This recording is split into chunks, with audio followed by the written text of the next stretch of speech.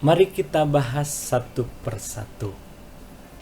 Yang pertama tadi, jadi ada perbedaan goals atau tujuan dan waktu pandang, ya. Jadi batasan untuk wawasan waktu untuk memandang sebuah proses yang dijalankan.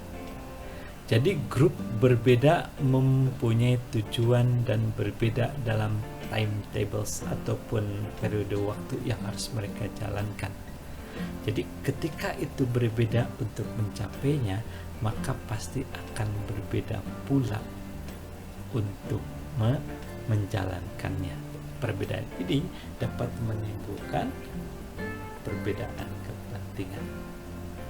Orang yang nih ya, kalau kita bicara timetables ataupun time horizon dari sebuah pekerjaan, orang yang bekerja dengan target siklus harian akan berbeda dengan orang yang siklus target kerjanya bulanan. Nah, itu bisa menimbulkan permasalahan. Karena apa? Karena tuntutan pekerjaan kepada orang yang harian itu akan lebih kencang, atau ritme pergerakannya akan lebih cepat dari yang bulanan. Bisa boleh jadi kan yang bulanan misalnya di 4 hari atau 5 hari awal ya nyantai, sedangkan yang harian nggak bisa. Yang harian bisa jadi nyantainya hanya di 1 atau 2 jam awal saja, tapi di akhir atau di sore hari dia harus atau sudah dikejar dengan target. Kalau perbedaan goals itu pasti sudah lebih jelas bagi teman-teman ya. Tapi seharusnya untuk organisasi yang sama, goalsnya harusnya kan mirip ataupun sejajar ya, ataupun dalam menuju titik target yang sama. Di dalam satu organisasi yang sama, harusnya perbedaan goals atau tujuan ini tidak terlalu signifikan atau tidak terlalu banyak. Yang kedua, ada overlapping authority. Jadi ada otoritas yang bersinggungan ataupun yang tumpang tindih. Kalau ada dua manajer memiliki otoritas dan aktivitas yang sama, ini juga akan mengarah kepada konflik bagi mereka. Satu, ketika sama-sama keduanya mengerjakan akan timbul masalah karena akan rebutan. Ya. Yang kedua, kalau saling mengandalkan juga akan ada konflik di akhirnya ketika tidak terkerjakan. Jadi akan saling menyalahkan. Kecuali kalau satu grup saja mengerjakan, yang lain ongkang-ongkang kaki, itu tidak akan terlalu jadi masalah besar dari sisi proses pekerjaan yang dijalankan. Kemudian aspek ataupun tugas yang bersifat saling ketergantungan. Satu anggota atau satu grup ketika gagal menjalankan tugas yang diberikan atau ditugaskan kepada grup tersebut dan itu tergantung kepada tim yang lain, pasti akan menyalahkan tim yang sebelumnya harus mengerjakan pekerjaan yang akan dilanjutkan oleh grup mereka.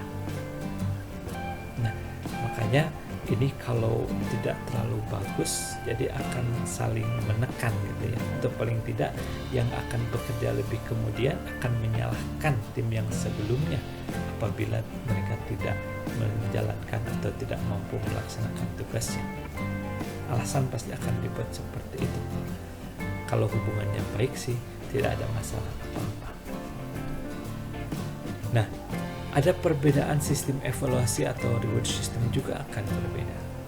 Jadi ketika memberikan reward kepada dua grup yang berbeda dengan target yang bertentangan, itu akan jadi masalah. Seperti tadinya ketika grup marketing akan diberikan bonus ketika mampu menjual produk dengan melebihi target dan dikasih bonus yang besar, ini pasti akan menekan grup diproduksi harus mengerjakan barang sebanyak-banyaknya. Nah, ini juga ada karena keterbatasan sumber daya. Jadi manajer itu dapat masuk kepada konflik karena apa? Karena alokasi sumber daya yang sangat terbatas. Sumber daya yang terbatas apa? Ada budget, ada orang-orangnya juga. Memperebutkan orang yang ahli ataupun skillful ataupun yang punya keahlian besar itu bisa menjadi sumber permasalahan di organisasi kalau tidak dimanage dengan baik. Nah, ada juga yang kita istilahkan sebagai status inkonsistensi. Jadi beberapa individu dalam grup memiliki status organisasi yang lebih tinggi daripada grup lainnya ataupun di dalam lainnya. Contoh, ya, sales dengan staff. Kalau yang perdagangan ataupun menjual produk, pasti orang sales itu akan merasa bahwa status dia lebih tinggi. Meskipun staff, ya, sama-sama staff, tapi orang yang di kantor dengan yang di sales bisa seperti itu. Kemudian, nah itu juga akan menimbulkan nanti perbedaan, karena apalagi kalau sistem bonusnya pasti akan beda. Bonus untuk staff yang di kantor dengan staff yang untuk melakukan sales itu pasti beda, dan itu bisa menimbulkan menimbulkan pertentangan atau perselisihan juga, dan itu menjadi sumber konflik. Selanjutnya, bagaimana strategi kita mengelola konflik itu? Ini juga kita sebut sebagai resolusi konflik yang bersifat fungsional atau functional conflict resolution.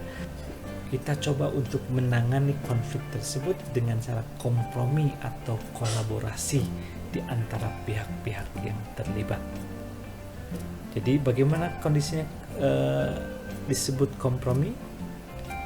Bagaimana kondisi yang kita sebut sebagai kompromi? Jadi kalau kompromi, setiap pihak peduli dengan pencapaian target mereka dan ingin terlibat dalam mencapai solusi yang masuk akal.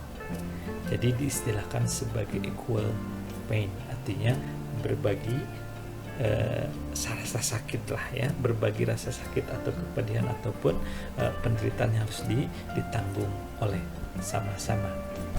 Nah, kalau kolaborasi, jadi pihak-pihak mencoba untuk menangani konflik tanpa membuat konsesi. Konsesi itu perjanjian khusus, ya, dengan membawa cara baru untuk menyelesaikan perbedaan mereka.